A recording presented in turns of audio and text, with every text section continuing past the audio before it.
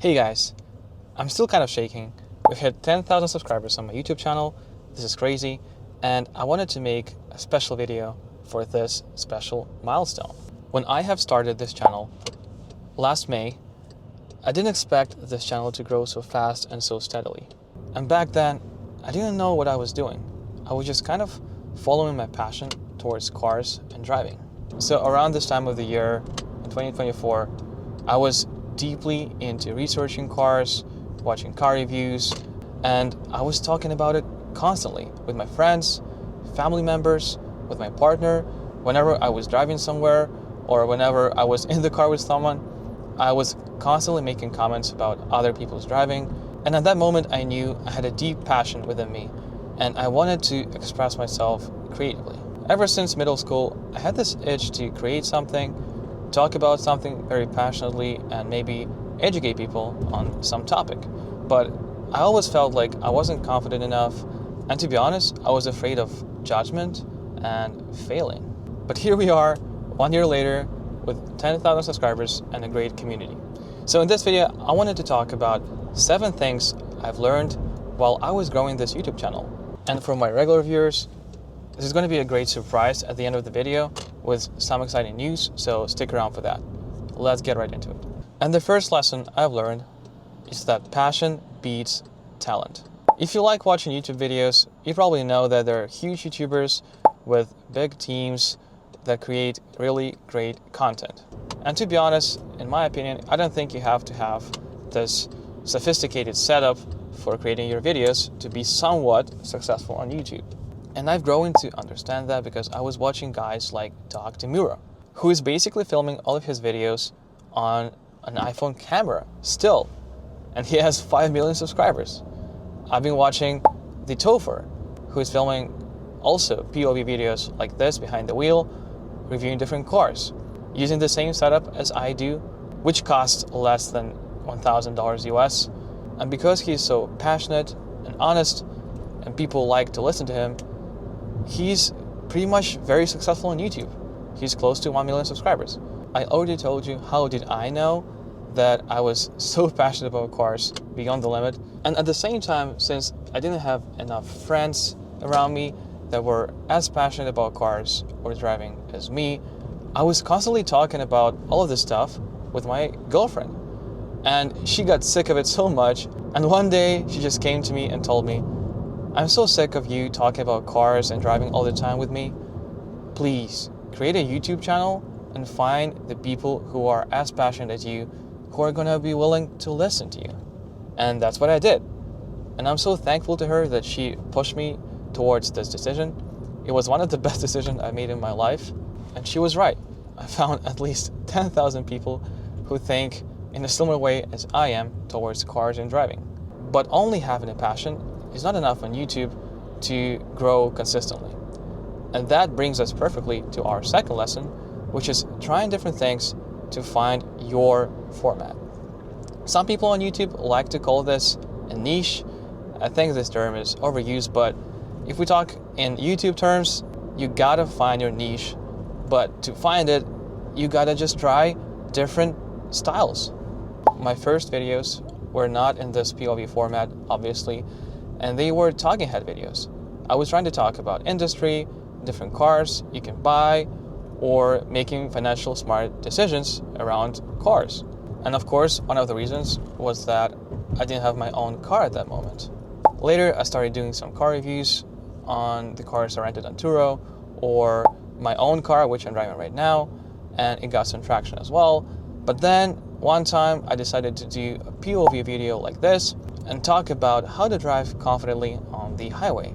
And that video got more traction than all of my other videos at that time.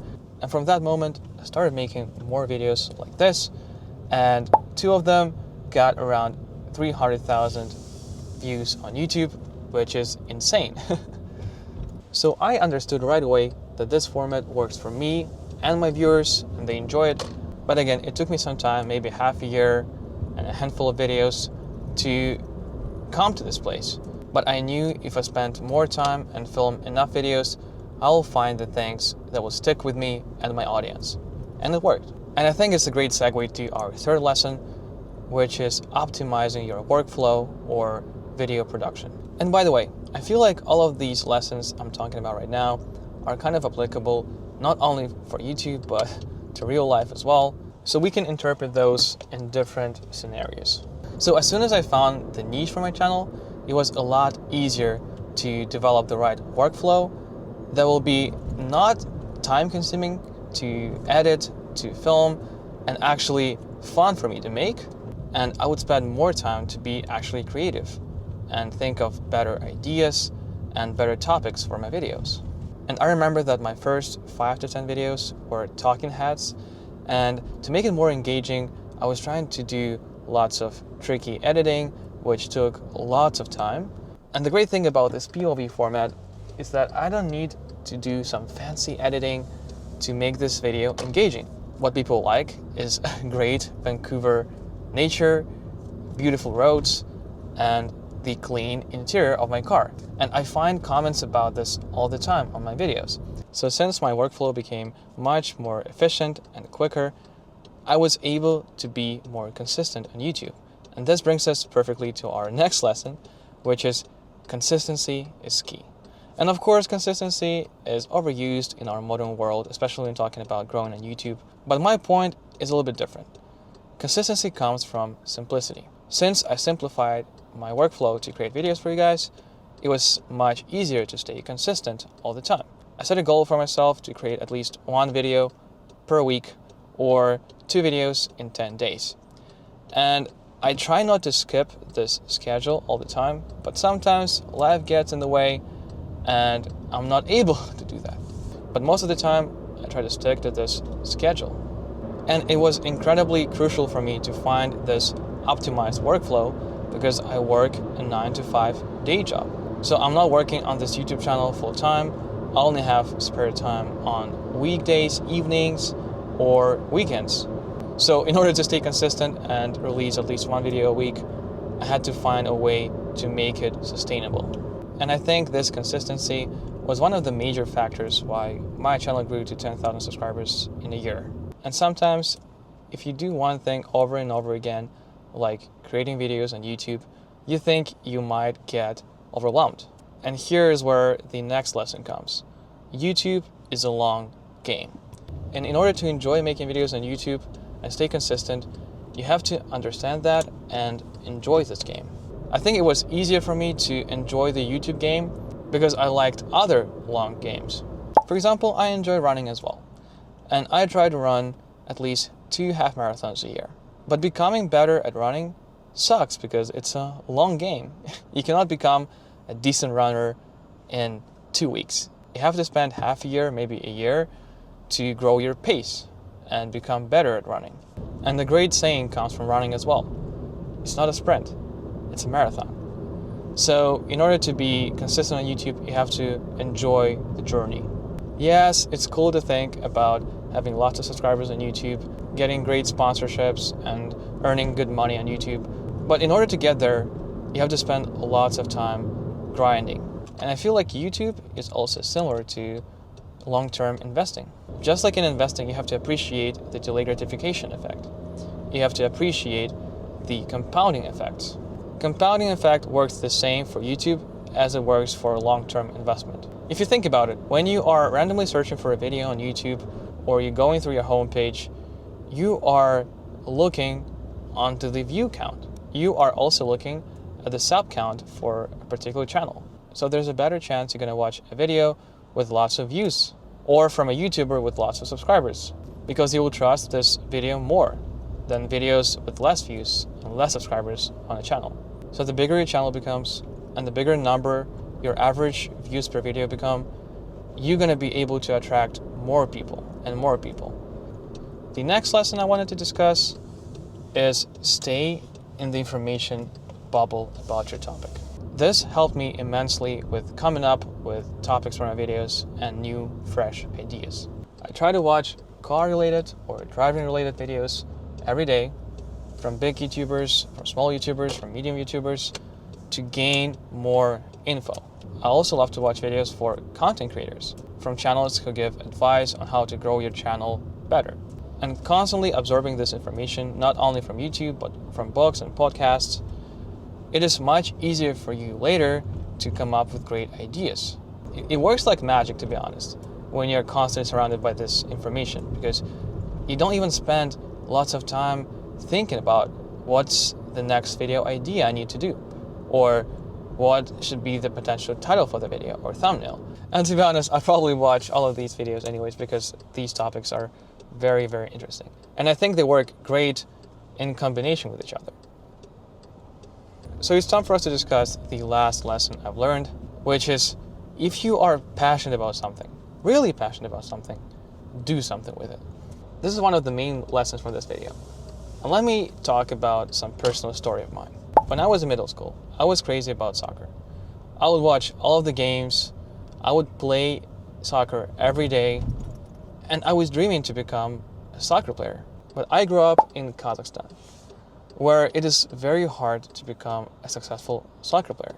We don't have great infrastructure, we don't have big clubs, and it is very, very hard to become somewhat successful. So one day my mom convinced me that I should give up on this dream and go to college to earn actually some decent money. And that's what I did. I went to college, I got an engineering degree. She just gave me a truth bomb I needed at that time.